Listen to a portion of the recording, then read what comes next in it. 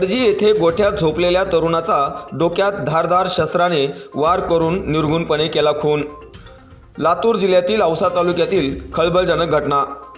लातूर जिल्ह्यातील औसा तालुक्यातील वडजी येथील दुधाचा व्यवसाय करणाऱ्या एका 25 वर्षीय तरुणाचा गोठ्यात झोपलेल्या अवस्थेत कोणीतरी अज्ञात मारेकऱ्यांनी धारदार शस्त्राने डोक्यात सपासप वार करून निर्घृणपणे खून केल्याची घटना आज शनिवारी 30 डिसेंबरच्या सकाळी 8 वाजण्याच्या दरम्यान उघडकीस आली आहे। त्यामुळे औसा तालुक्यामध्ये एकच खळबळ उडाली आहे।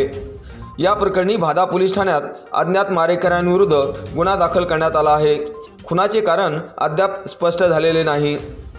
औसा तालुक्यातील वडजी येथील रणजित तानाजी माळी वय वर्ष 25 हा दुधाचा व्यवसाय करीत होता। त्याच्याकडे 10 म्हशी असल्याने तो अंदोरा रस्त्यावर असलेल्या त्याच्या शेतातील गोठ्यामध्ये रात्री मुक्कामी राहत असे। नेहमीप्रमाणे 29 डिसेंबर रोजी रात्री 9:30च्या सुमारास तो शेतामध्ये झोपण्यासाठी गेला होता। मात्र रणजित हा शनिवारी सकाळी दूध घेऊन डेअरीला घालण्यासाठी आला नसल्याने त्याच्या आईवडिलांनी त्याची चौकशी केली। तेव्हा त्याचे मित्र सकाळी 8 वाजण्याच्या दरम्यान शेतात गेले असता त्याचा मृतदेह रक्ताच्या थारोळ्यामध्ये पडलेला दिसून आला आणि सदर मृतदेहावर पलंग पडलेला होता।